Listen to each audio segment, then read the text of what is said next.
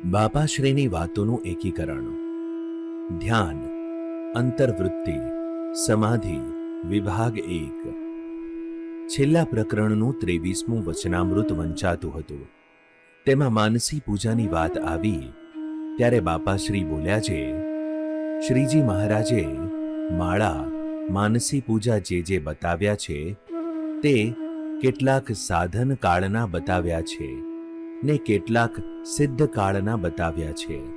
માટે માનસી પૂજામાં ચૈતન્યને વિશે મૂર્તિ ધારીને દિવ્ય ભોજન જમાડવા અને વસ્ત્ર ઘરેણા પણ મૂર્તિના જેવા જ દિવ્ય તેજોમય ધારવા, પણ ચિત્ર વિચિત્ર ન ધારવા.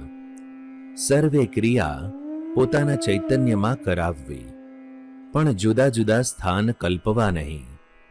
એમ કરતા કરતા ઉપશમ થાય ને મૂર્તિનો સાક્ષાત્કાર થાય ત્યારે મૂર્તિને જોઈ રહેવું, બીજો સંકલ્પ કરવો નહીં. મૂર્તિ વિના બીજું સર્વે વિક્ષેપ કરતા છે. મૂર્તિનો સાક્ષાત્કાર ન થાય ત્યાં સુધી તેણે ઉપર કહ્યા પ્રમાણે કર્યા કરવું અને ધ્યાન કરવું. ધ્યાન કરતા અકેકું અંગ દેખાય ને નેત્રની વૃત્તિએ જોવાય છે એમ જાણવું, અને જ્યારે સમગ્ર મૂર્તિ દેખાય ત્યારે જીવની વૃત્તિએ જોવાય છે એમ જાણવું, અને જ્યારે મૂર્તિમાં સંલગ્ન થવાય ત્યારે વૃત્તિ ન જાણવી. જીવ સત્તાએ જોવાય છે એમ જાણવું.